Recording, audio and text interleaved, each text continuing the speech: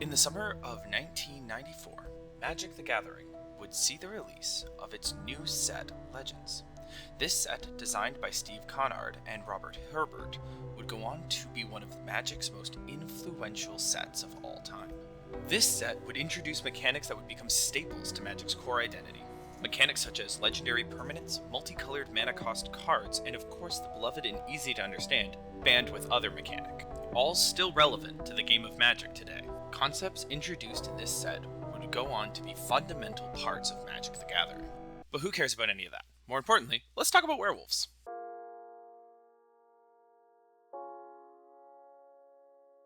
Exactly how many mechanically unique werewolves are there in Magic the Gathering?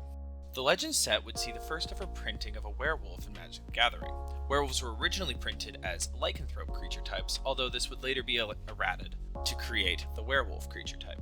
This is honestly a very interesting card, allowing you to trade the power of Lesser Werewolf for the toughness of an opponent's creature, after blocks have already been declared.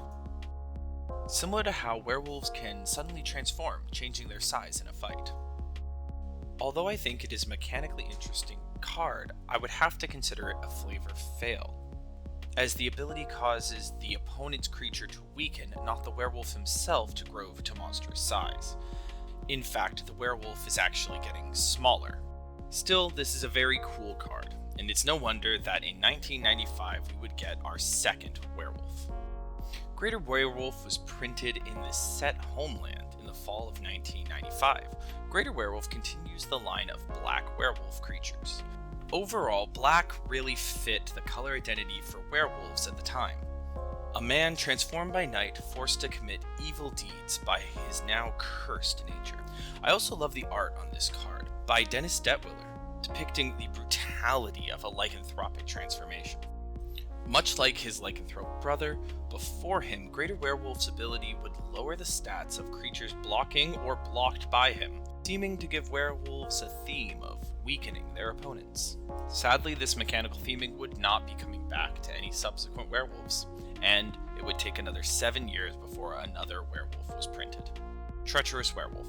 To be completely honest, I don't like this card, but it is weird and I would like to talk about it anyway. First off, let's talk about the massive elephant in the room. Unlike the other two werewolves we've talked about thus far, Treacherous Werewolf was not printed as a lycanthrope, instead being printed as a wolf minion. This is honestly bizarre to me, as Werewolves is the name. This card was printed with the new Threshold mechanic. This made Treacherous Werewolf grow in size and power, as well as come back from the dead if its owners paid life. We finally get to see werewolves getting bigger and scarier as the game went on, but sadly the Threshold mechanic still doesn't really fit werewolves in my opinion. The Threshold mechanic increases the werewolf's power and toughness based on whether or not there's a certain number of cards in the graveyard. Werewolves have never really gained strength from the dead. Unlike creatures such as vampires or zombies, werewolves have always gained their strength from natural forces, such as the autumn moon, the full moon, druidic magic. It doesn't really fit to have a werewolf scrounging around in a graveyard to get stronger. So let's take a moment. What do we know about Magic the Gathering werewolves up until now? They're generally black creatures with an ability that changes their or an opponent's stat line. I'm willing to group these three werewolves together and call them the first generation of werewolves. Even if they all do their own thing and aren't exactly the same, they all made up the general concept of black werewolves with changing stat line abilities. There's another reason I want to group these three werewolves together, because in 2011, 17 years after the first werewolf was printed, something was about to happen to werewolves. Something big. Something that would change werewolves in Magic the Gathering forever. In 2011, Wizards of the Coast would release Innistrad, the Magic the Gathering's first gothic horror set, and by far one of my favorites of all time. Along with vampires, zombies, spirits, and angels, werewolves would finally have a plane of their own. Innistrad block would be made up of 3 sets: Innistrad, Dark Ascension, and Avacyn Restored. In these 3 sets, we would not get 1, not 2, but 19 werewolves, as well as a whole new werewolf mechanic based around the new set mechanic, Transform. For the Werewolves of Innistrad, this meant having a two-faced card, one representing the human side and the other representing the wolf man. Finally, a mechanic that truly fit the essence of a werewolf. a complete change from man to monster.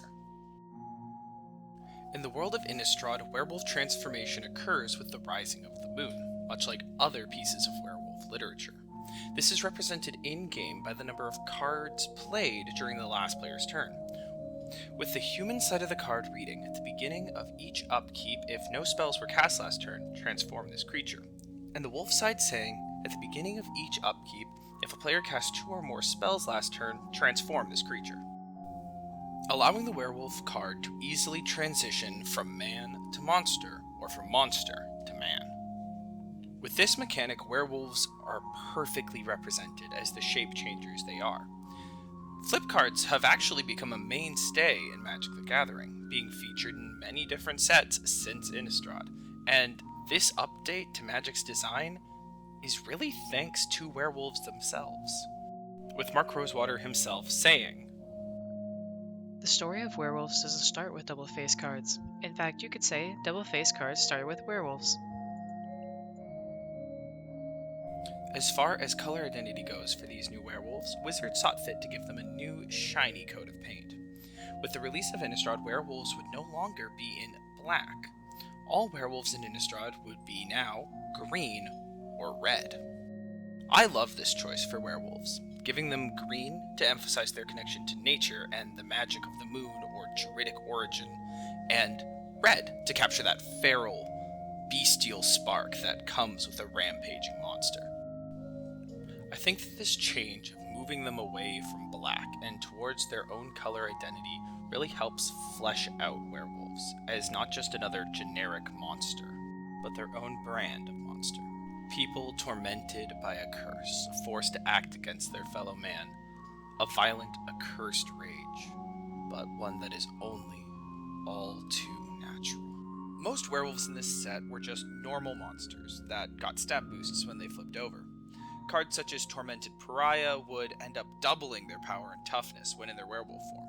I think that as simple as they are by new Magic standard, these cards still fully captured the werewolf power fantasy. Some other Innistrad werewolves even gain new abilities when they flip. Others, like Crew and Outlaws, modify their current abilities into even stronger ones, with her first strike on her human side becoming Double Strike and Menace when she shapeshifts into Terror of Crew and Peak. One of my all-time favorites from this set is Henweir Watchkeeper. By day, he's a guard, manning the walls, represented by his keyword of Defender. But by night, he transforms into a killing machine, changing his mechanic to attack each turn if able. There are so many cool werewolves in this block that if I tried to talk about all of them, I'd be here all day. Here's where we hit the big issue with werewolves. They're honestly just not that strong. Not in the lore sense, but in a play sense. Although I've heard that they got some play when they were released, the cards themselves were honestly pretty weak in modern Magic. Werewolves require you to pass your turn without casting a single spell, then hope your opponents can't cast 2 spells before it gets back around to you. Although in Standard 2011, or in a slower format, this might not be a huge setback, in modern Magic, giving up an entire turn is a massive risk that has a huge disadvantage attached to it. I'll talk more about the format of Commander later, but needless to say, swapping from having 1 opponent to having 3 also really hit werewolves negatively.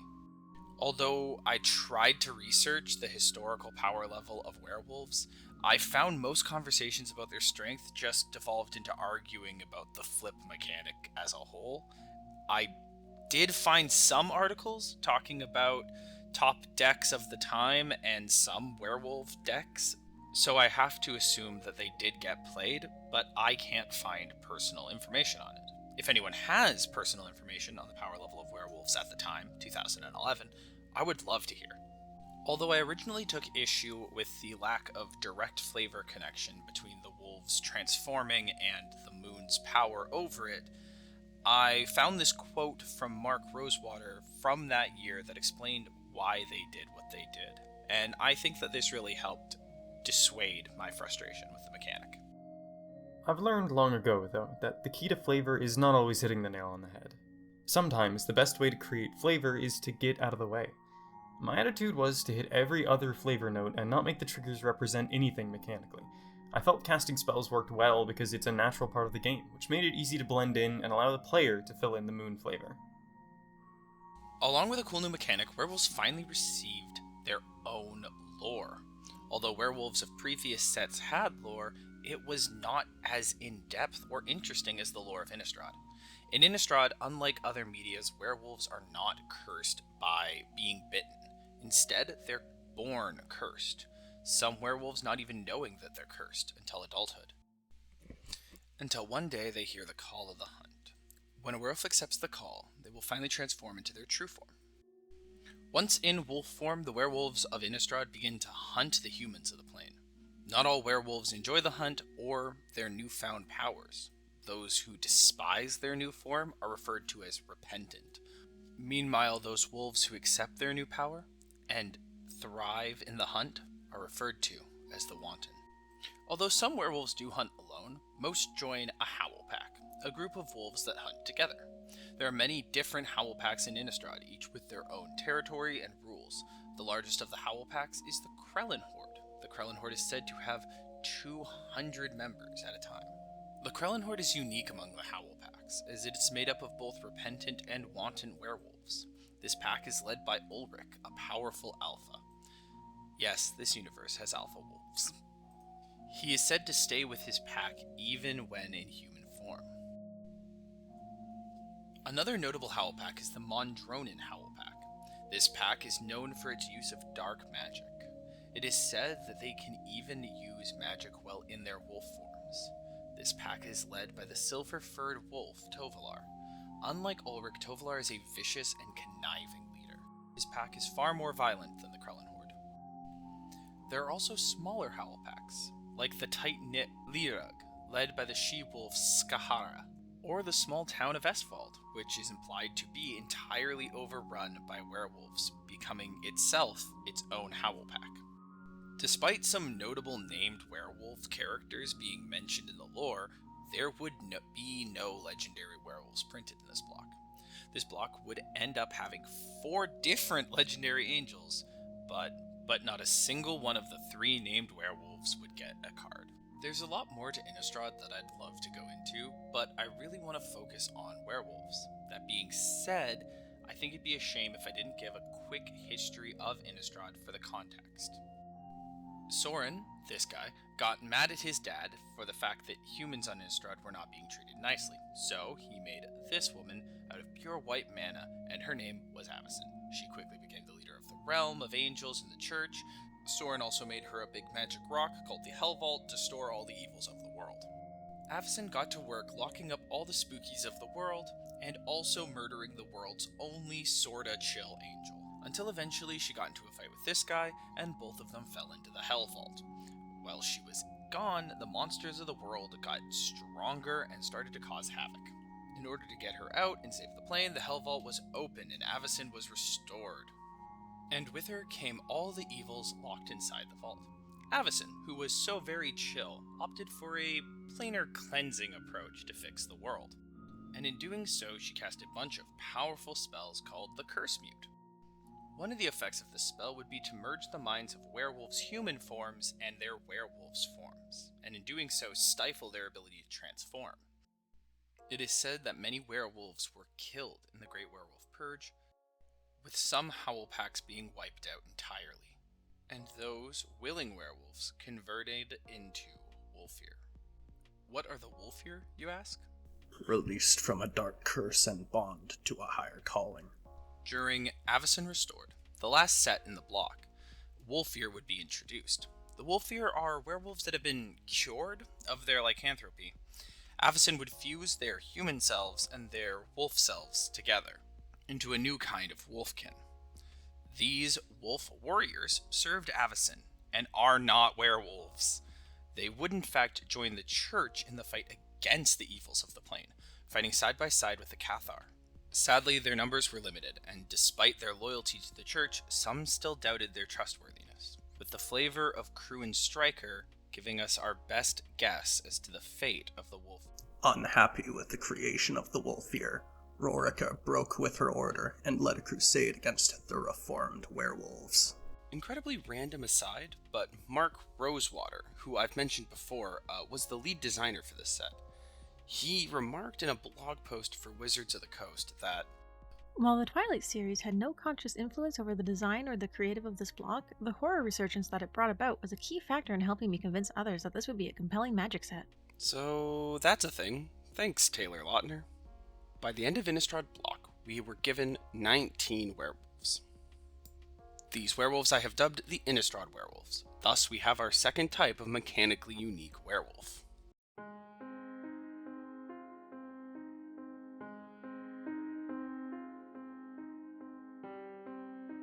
The renewed howling of the werewolves announced the end of the Curse Mute, and the beginning of Avacyn's madness. Werewolves would show back up again in 2016, with Shadows over Innistrad. This block would do a lot of things for the werewolf archetype, giving us a lot of stuff we asked for from the previous set. First off, this block would give us even more werewolves, with 13 classic Innistrad werewolves being added over the course of the two-set block. I also personally think the werewolves in this block pack a real punch. Although most are just vanilla monster, normal Innistrad werewolves, the ones with abilities are a must-add in any werewolf deck. Werewolves would also get some good support cards in this block, like the aforementioned Howlpack Resurgence and Waxing Moon, my personal favorite being Moonlit Hunt. Although there were a few cards that really helped werewolves in original Innistrad block, these cards do a lot more. All of these cards being able to be played at instant speed lets the werewolf player pass their turn without giving up as much of an advantage. Before I talk more about the mechanics and design of this set, I would like to get the lore out of the way, as the lore for this set is integral to the design decisions made about the werewolves in this set. This woman brought this woman to Innistrad to get back at Sorin for not keeping his promises and locking her in the aforementioned Big Magic Rock. And now this tag team girl squad is destroying the roots of sanity on the plane of Innistrad, beginning to corrupt the world and create all manners of new eldritch monstrosities, as well as corrupting Avacyn herself, causing her to question her own existence and spiral out of control. It is in this hellscape, the now shattered world of Innistrad, that we find our new breed of werewolf. Never thought I'd see the day I'd be wishing to see just a plain old werewolf. Heck, I'd settle for anything that even resembled a werewolf. The werewolves of Innistrad have been twisted by the power of the Eldrazi, the godlike interplanar girl boss that was dropped on Innistrad earlier. These werewolves start on their werewolf side, and then when enough mana is paid in, transform into their Eldrazi werewolf side. The flavor of these cards being that with the corruption of Emrakul, the humanity within these wolves is all but gone.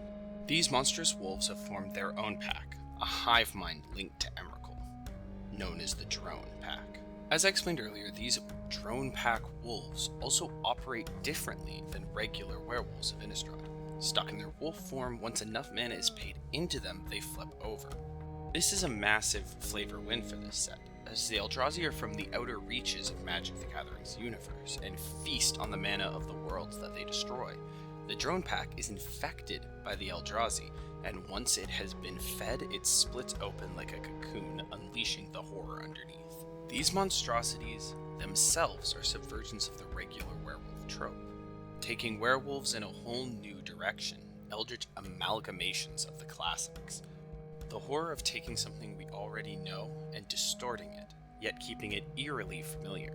The fear comes not from the unknown, but in this case, from the distortion or desecration of the familiar.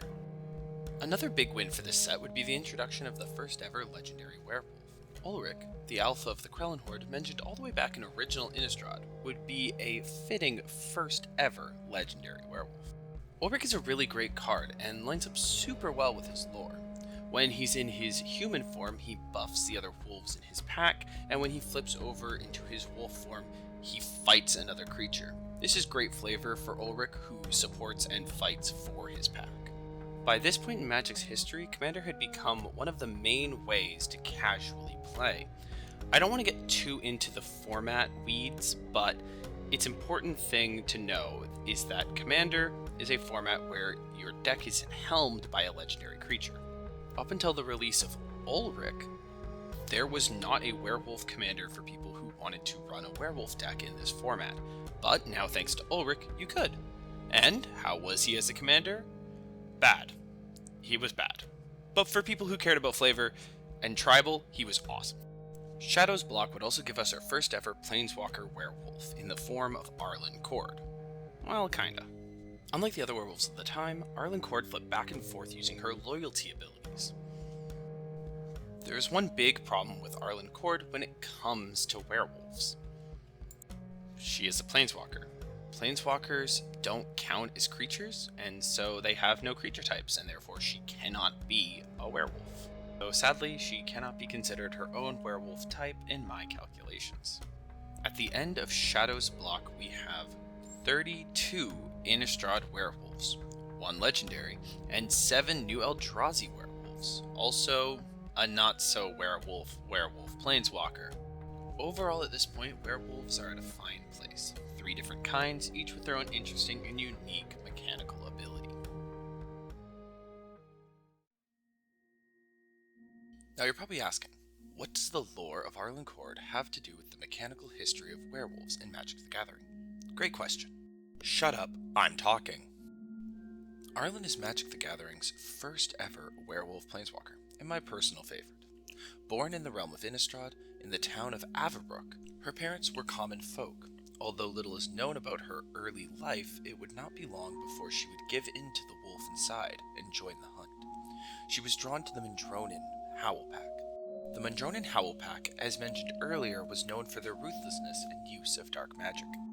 Tovalar, the leader of the pack, would become like a mentor to the young wolf Arlinn, but she would soon begin to disagree with his ways and attempt to leave the Howl Pack. This would lead to a fight between her and Tovalar, leaving them both with scars, both physically and emotionally. Arlinn would choose to join the church and try to hide her true form from the world. In this time, she would focus on saving others, even rising to the rank of Archmage of Gold Knight. Sadly, the day came when Arlinn could no longer hide her true form. During a devil attack on the city of Havengul, Arlinn would lose control of her wolf form, slaying the devils as well as some nobles at the scene, eventually even killing an angel. The trauma of this event would cause her planeswalker spark to ignite and teleport her to a new plane. Upon arriving in the new plane, she found that although she was in her wolf's body, she retained her human mind. After a time on this plane, she would learn to control that ability, being able to transform back and forth between the two. She would also learn to control her ability to plane shift, eventually traveling back to Innistrad, where she would start her own wolf pack, her own family, focused on protecting both the peasants of the plane from the evils of the world, as well as the evils of the world from the Church of Avacyn. This would be a tricky balance, until it wasn't, with the death of Avacyn and the reformation of the Church. That's about all you need to know about Arlinn, as she will play a major part in later story pieces. Magic the Gathering has a consistent track record when it comes to transform cards. The rule is, no double-faced cards unless it's part of the set's overall design. Magic, to the best of my knowledge, has always stuck to this rule, and this rule makes sense, cause when including a double-faced card in a set, it creates big problems when the set is not made around that mechanic. Though they are consistent, they have been ramping up recently, with almost every second set feeling like it's a double-faced card set. A good example of flip cards in a set was Ixalan Block, in which the flip mechanic was used to flip cards into lands, emphasizing the exploration and discovery of the new lands theme. I think that flip cards can be used amazingly in sets when the set is built entirely around them. I also think that this rule can sometimes have unexpected consequences. Sadly, this rule has already come into conflict with werewolves. War of the Spark, best known for their controversies, would add to their legacy of crappy flavor choices and card design when they took a crack at Arlinn Kord.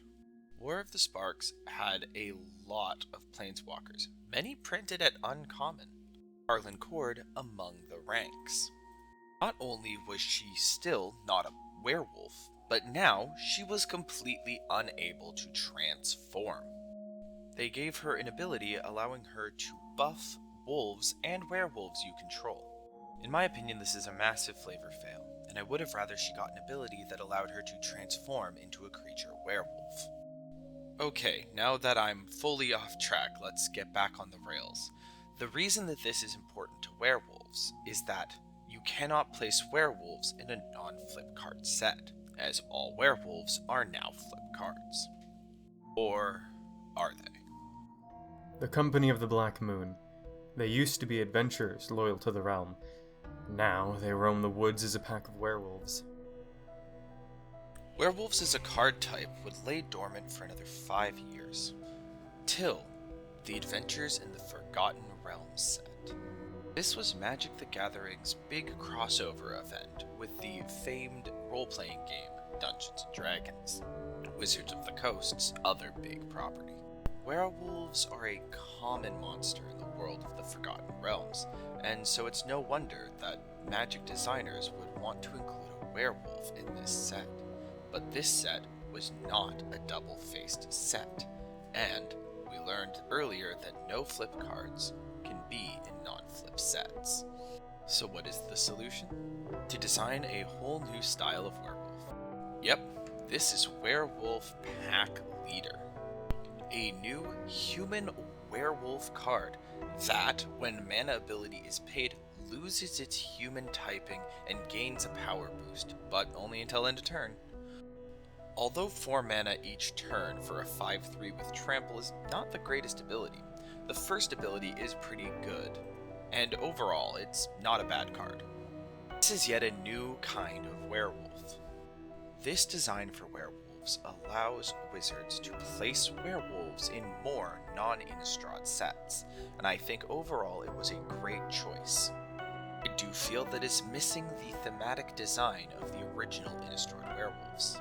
Luckily, we would not need to wait long before double-faced werewolves returned. A return to Innistrad was what werewolf players had really been waiting for, and so, in the summer of 2020, the news on the street was that we would be returning to Innistrad in 2021, with the first set to be released being The Midnight Hunt, and the follow-up set being named Crimson Vow. These sets came out the year I was getting back into Magic after a long break. So I personally was very excited. I had been waiting a long time for werewolves to come back, and I was looking forward to seeing what they were going to do. Sadly for some, this block would come in with a howl, but end with a whimper. This set would introduce the controversial day-night mechanic. This new mechanic would introduce daybound and nightbound creatures. Flip cards that would come into play on one or the other side, depending on whether or not it was day or night on the board. Like the original werewolves, day and night depended on the number of cards played during a player's turn. It always started on the day, when a day-bound creature hits the field for the first time in a game. Then, if no cards were played on the last player's turn, it becomes night on the next turn. I wonder where we have seen this mechanic before. Oh yeah, it's the werewolf mechanic, but slightly different, and for the most part, this mechanic only affects werewolves, so why introduce it? This mechanic would have both pros and cons for werewolf players. The pros being that when it's night, creatures enter on their nightbound side, which is often stronger than their daybound side. This also makes it a lot easier for werewolf players to track what's going on, as all day-night creatures will be on the same side as all other day-night creatures. With classic werewolves, this wasn't always the case. This also works when it comes to card effects. Instead of something like Waxing Moon that only transforms one werewolf into the night, transforms all werewolves at once, making it a lot stronger. I think that this is also an amazing pro in terms of flavor for werewolves, having the rising moon visibly on the board, represented on the battlefield, and all the werewolves transforming together like they do in lore. Moving on to the cons. One con is that this new style of transformation makes it a lot of old werewolf support cards not compatible with these new werewolves, like the previous mentioned Waxing Moon as well as Moon Mist. No longer transform these specific werewolves. Biggest con that most players have pointed out is that the day-night mechanic comes onto the battlefield and does not leave, so you need to track it the whole game, even if there's only one day-night creature in the whole deck.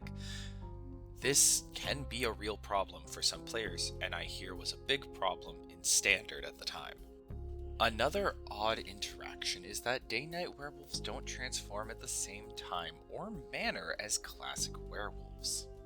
I would like to take this moment to deep dive into the specific abilities and point out the differences. Day-night reads, as it becomes day, transform all night-bound permanents. If a player casts no spells during their turn, it becomes night. Next turn. And, as it becomes night, transform all day-bound permanents. Permanents enter the battlefield night-bound. If a player would cast at least 2 spells during their own turn, it becomes day next turn. First, notice that the flip happens as you swap from one turn to the next, and that only flip if 2 spells were cast by whoever's turn it was. Now let's take a look at the classic werewolf ability. At the beginning of each player's upkeep, if no spells were cast last turn, transform, insert card name. And at the beginning of each player's upkeep, if at least 2 spells were cast last turn, transform, insert card name. Do you see the difference? First off, the flip happens during the upkeep, not at the beginning of the turn. And as far as the trigger goes, it is if any player casts at least 2 spells. This may seem minor, but this is a huge difference. Speaking from personal experiences, I have had many times where half of my board is flipped and the other half is still human. I think that this can create a lot of flavor issues for me personally, but also a lot of play issues. It's messy and it's a lot to keep track of. Trying to teach some of my friends how to play werewolves, they often would get confused and flip their cards when they weren't supposed to. With the return of Innistrad, we also return to my favorite Planeswalker, Arlinn Kord. She's back, and she's actually a big part of the story of Midnight Hunt, so I will try to make it quick, but I just love talking about the lore of this person, this plane, as long as it relates to werewolves. Remember this thing? Well, she was eventually defeated because she let the Planeswalker guild called the Gatewatch lock her in the moon. No one is really sure why she did this, but either way, there she is now, a tentacle beast in the moon. This has started to have some effects on the creatures of the plane, including the werewolves. The nights of Innistrad have grown longer, forcing werewolves to stay transformed for a longer time, accelerating their madness and eventual loss of humanity. Forced some werewolves to grow in size and become vicious and feral, more than they already were. These wolves are dubbed the Dire Strain werewolves. Who should come to lead this new breed of werewolves but the former leader of the Mendronan Howl Pack, Tovolar? With his newfound place of power, he calls all werewolves from all Howl Packs to unite and destroy humans once and for all. Arlinn is determined to not let Tovolar kill all humans, and so she teams up with 3 other Planeswalkers, Teferi, Kaya, and Chandra, to find a device called the Celestus, that, when used, could set the day-night cycle back to normal. They eventually track it down, but are then forced to go on a fetch quest to get the Moon Silver Key to turn the Celestus on. Long story short, they get the key by helping Sorin learn to chill the heck out, and then turn the Celestus on before Tovolar and his werewolves attack. A battle ensues, in which Tovolar and Arlinn confront one another. Tovolar tries to win Arlinn over, but she's not having it, and bests Tovolar in a duel for dominance. Both of them leave injured. Tovalar and his wolves retreat, although sadly all is not safe, as there is soon to be a vampire wedding. Olivia Valderin, who I have not talked about yet, but is a big part of Innistrad's lore, is getting married to Soren's dad, this guy, Edgar. She wants the Silver Moon key and steals it from the Gatewatch. This forces Arlen and the Gatewatch to become wedding crashers. During the wedding crashing, Arlen is injured, but when she awakes she finds that, despite her betrayal, her old mentor still has her back. So for some reason, Tovalar shows up, helps them fight off the vampires, and in the end, Arlen and the Gatewatch get the key and save the day. The most important part of all of this is that Arlen is officially a werewolf. Arlen Cord was given a new card for the set with the Daybound and Nightbound mechanic. Although her Daybound side is nothing special or new, with her Nightbound side, her zero loyalty ability becomes, until end of turn, Arlen Cord becomes a 5/5 werewolf creature with trample, indestructible, and haste. This makes her officially a creature with the werewolf subtype, so she can finally be included in our list. I did want to take a quick moment to talk about how, lore-wise, Day-Night does not work with Arlen Cord. Arlen, unlike other werewolves, has the ability to transform when she wants to, and is not subject to the moon's whim. Therefore, her being attached to the day-night mechanic doesn't make any sense for her character, as she's not bound by it. This aside, I'm happy to finally add her to the list, and move on to more werewolves.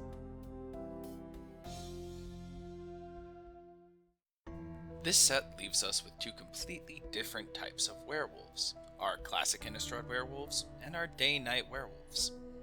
If only there was something that could bring them together, a card that could bridge the gap between old and new.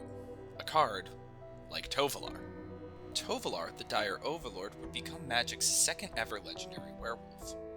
Tovalar's ability might be the best werewolf ability ever printed. Tovalar's human side reads, at the beginning of your upkeep, if you control 3 or more wolves or werewolves, it becomes night. Then transform any number of humans you control. This lets you transform all your classic werewolves while also making it night, transforming all your new werewolves. This is great as Tovalar becomes the conduit between old and new, just as in lore how he unites the dire and non-dire werewolves. I honestly love Tovalar, and I'm so happy that when he was released, we finally had a werewolf commander that wasn't just a werewolf, but was a commander for werewolves. This is not to say that werewolves were forever fixed. There's still a lot of problems with agency and flipping back and forth, as a lot to keep track of, but they were better off. I love the new changes and updates to the werewolves that came with the day-night mechanic. I think that it was an amazing redesign for werewolves, yet not everyone was a fan. Specifically, werewolves got a lot of hate because of the card Outland Liberator. Due to this card's prevalence across many formats, often being the only day-night card being played, it caused people to have to track day-night for entire games where no day-night creatures were in play. This card would become so frustrating for some players that it would even get day-night listed as Tolarian Community College, the biggest Magic channel on YouTube's worst mechanic ever. A award that I think most werewolf players are actually happy to bear. Overall, I think that these changes were great, and it is a good mechanic in Commander. Midnight Hunt and Crimson Vow would also show off some cool new colors for werewolves, as well as some classic callbacks. With Brutal Cathar and Suspicious Stowaway, bringing werewolves to parts of the color pie they had never been before. This allows me to sneak werewolves into basically every deck I own. My favorite of these is actually Bane's Blade Scoundrel, as when it becomes blocked, each creature blocking it gets -1/-1, a clear reference to the original Lesser and Greater Werewolves. Overall, I think that Day-Night was an amazing direction to start Werewolves in. At the end of the 2-set cycle of Innistrad Midnight Hunt and Crimson Vow, we were given 33 new werewolves, with their own new classification of Day-Night Werewolves. Another new classification for werewolves is the Werewolf Planeswalker, so this brings us to a total of 6 mechanically different and unique werewolves. Classic Werewolves, Original Innistrad Werewolves, Eldrazi Werewolves, Dungeons & Dragons Werewolves, Day-Night Werewolves, and Planeswalker Werewolves. Jumpstart is a Magic product designed to get new players into the game of Magic with pre-made small decks. These decks often focus on a single creature type or mechanic. In 2022, a new wave of Jumpstart decks would be released. Within them would be released a wolf-themed deck. Inside this deck, we will find our next werewolf. Also, a new mechanically unique one, Mild-Mannered Librarian. I know what you're thinking reading the card. Isn't this the same as Werewolf Pack Leader? Well, no, this is different. Mild-Mannered Librarian is a human card, that when enough mana is paid, it becomes a werewolf permanently, where Werewolf Pack Leader is the complete opposite. It's a werewolf human that loses its humanity when enough mana is played. They could have just kept the same mechanic as Werewolf Pack Leader, but instead they have now given us our 7th type of mechanically unique werewolf. I did just want to take a moment and talk about all the other wares, aside from werewolves in Magic the Gathering. There are actually 3 different kinds of were-beasts in Magic. The first is the were-rat. The were-rat has Threshold. This card was printed in Odyssey alongside the were-bear, yet another were creature with Threshold. You'll notice the similarity between these cards and Treacherous Werewolves. All 3 have Threshold, and were-rat is also called a minion. I think that this is a cool connection between the two. I also think that it explains why Treacherous Werewolf is the way it is. He's not meant to be connected to the other, older werewolves of his time. This means he is his own kind of werewolf and is not associated with the 2 before him. And after I learned this, I think that it's really important that I focus Treacherous Werewolf into his own pack, his own kind of werewolf. And I think that he was never meant to be a lycanthrope, and so he deserves his own spot on this list. The final were creature type comes with the plane of Eldraine. The were-foxes of Redtooth Keep, unlike other were-beasts on this list, transformation is due to a curse placed on the elves of Redtooth Keep, and it's this curse that is cured by the Knight Amarant by the end of the storyline of Eldraine. Nevertheless, these guys look super cool, and I hope we get the Red Fox curse back in a future set. My last notable mention is Yomanikartok. I'm not an Arena player, so I'm not sure about this guy's history or anything about this card, but he is here, and he looks pretty cool.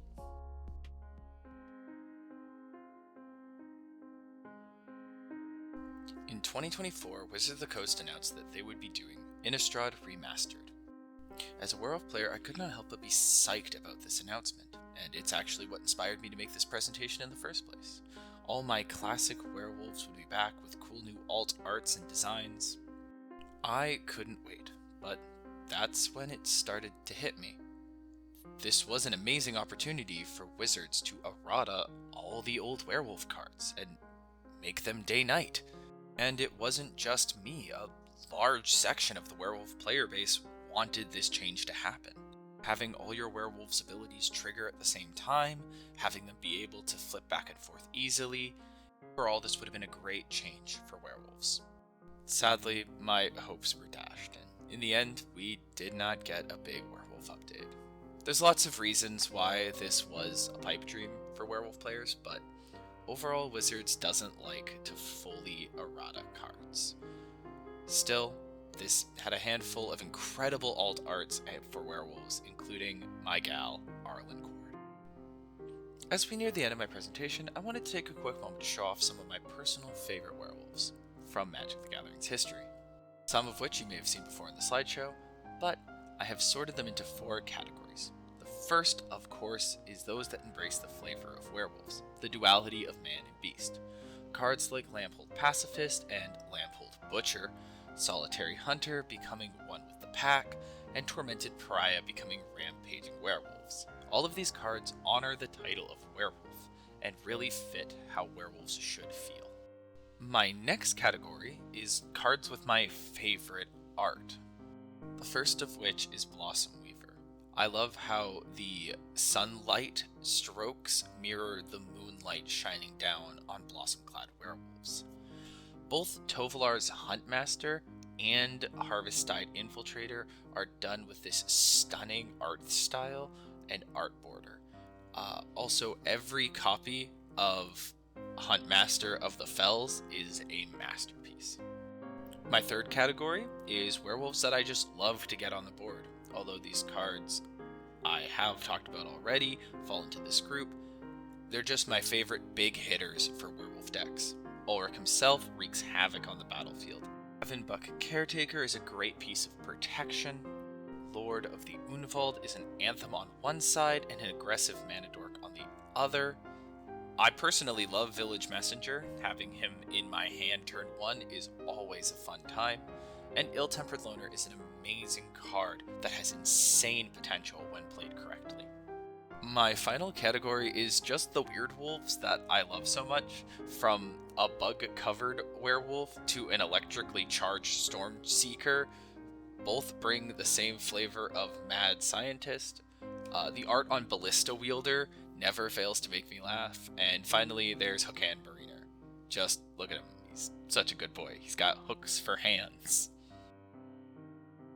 Finally, we come to the end. Past all of my tangents and side notes, we finally get all of our categories of mechanically unique werewolves. Classic werewolves, Threshold werewolves, Original Innistrad werewolves, Eldrazi werewolves, Dungeons & Dragon werewolves, Day-Night werewolves, Planeswalking werewolves, Jumpstart werewolves, and Vincent Valentine. Vincent, wait, what? Who? Final Fantasy, Matt Mercer. Wait, what? Yeah, okay, so right as I was getting to the end of actually writing this, Wizards of the Coast dropped the Final Fantasy collab, in which they included a new character, Vincent Valentine. From Final Fantasy, I'm not sure, the Roman numeral one? I don't know, I haven't played these ones, I've only ever played Crystal Chronicle and online. The front side of this card is an assassin, who, when he attacks, transforms into the Galilean beast, a werewolf beast creature.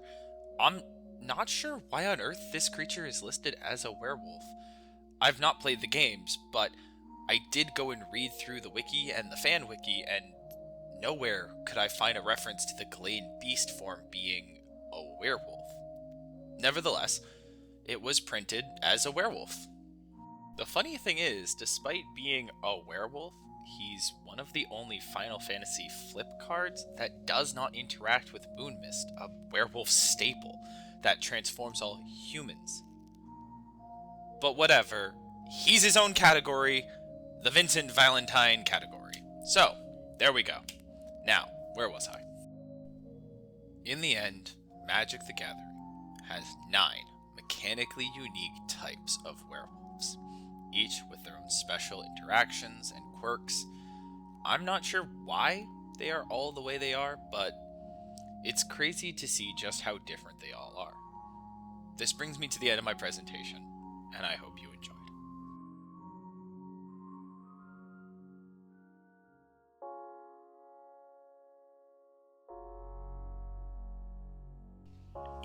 This video was, as you can probably tell, originally a PowerPoint for me and my friends, and was never meant to be a YouTube video.